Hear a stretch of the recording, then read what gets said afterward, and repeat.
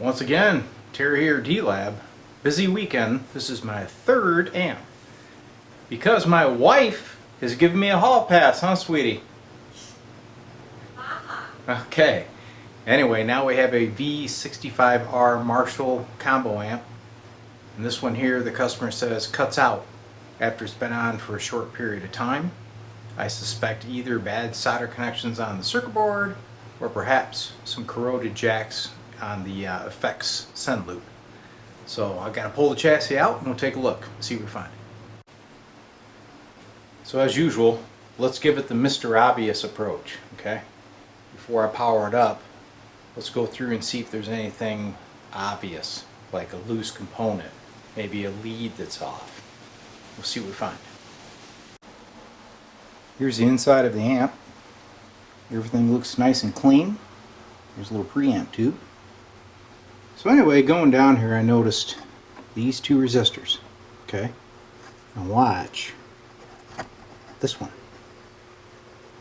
See that? This one's not as bad, but this one's looser than a goose. I betcha that the connections underneath are broken, and that's killing the power supply to the preamp board. Let's take a look. Well, just for the fun, I thought, well, heck, I've got this nice dental inspection mirror. I could drop him down there and look at those solder connections while I move this. Guess what I see? She's flopping back and forth. So we're going to pull the board, fix that problem.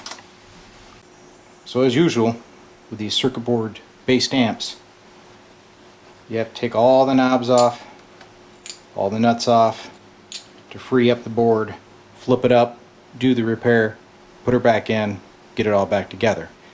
That process always takes longer than the repair itself. So you can see the preamp board is loose, and normally they'd slide right out, but in this case it hits this power transformer. Now Marshall, instead of screwing this thing in, they put in rivets so you can't move it. So to get this board out, it takes a little bit of trickery. You got to be very careful. You even have to put a little bit of pressure on the front panel to get the shafts of those knobs through. So be very cautious when you do this. So at this point, to be able to get the board out, there's two connectors here. You got to unplug them. It's connector 1 and 2, okay? Boom, take them off. You can get this board up, and those pots will just clear. And there we go. Let's take a look. Here we are looking through my magnifying glass. I'll move those leads. See those leads moving? Those connections are cracked. Let's get those resoldered and inspect the rest of the board. So we'll touch these up.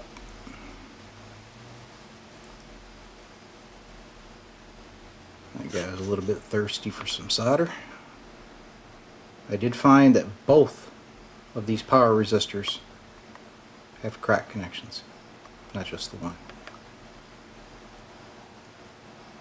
And I spotted some other connections that are suspect, but not as bad as these.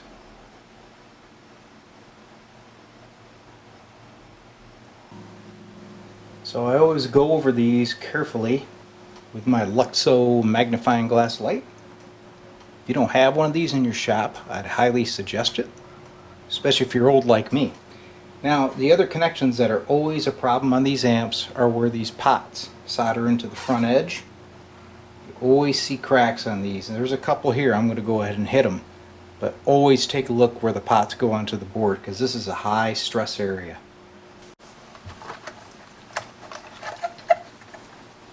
So installing the board is the same as a removal. You'll find it handy to put your thumb against the transformer, and you can flex that front panel out so that she'll lay in there easier.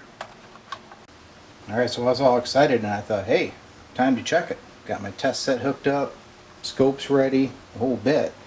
And I thought, you know, maybe I should take my finger and push on the rest of these resistors and get over here. Got another loose one. So before I power it up, I might as well pull the amp board, check that one too, but I bet you we got some more cracks. So to free the amp board, you do have to take off this little retainer and pull the speaker leads through. Then the board will come right out. Here's a resistor I found that is loose. If you take a look down here, you'll see this lead is deformed. That's how she was built. Did not get installed properly, so it's bent over. I'm going to fix that up and mount her correctly, resolder it, should be good to go. Okay, we're all soldered up.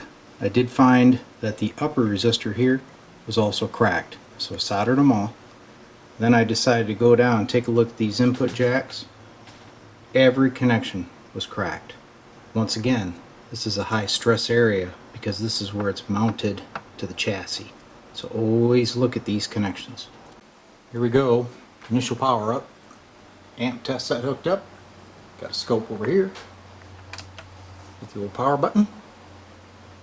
It is alive, no smoke. This tube takes a few minutes to warm up. Little preamp tube there. Let's take a look at the scope. There she is. Plenty of audio. Next step, we'll give her some tap tests on the board, make sure there's nothing intermittent, and then we'll call it good. Here she is back in the cabinet.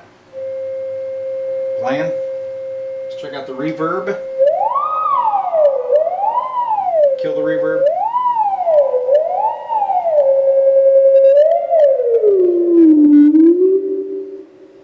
Appears to be working fine. So what's the moral of the story on these Marshall amps? They're a great amp, but because it's on a circuit board, you will develop bad solder connections. It's a given. It's going to happen.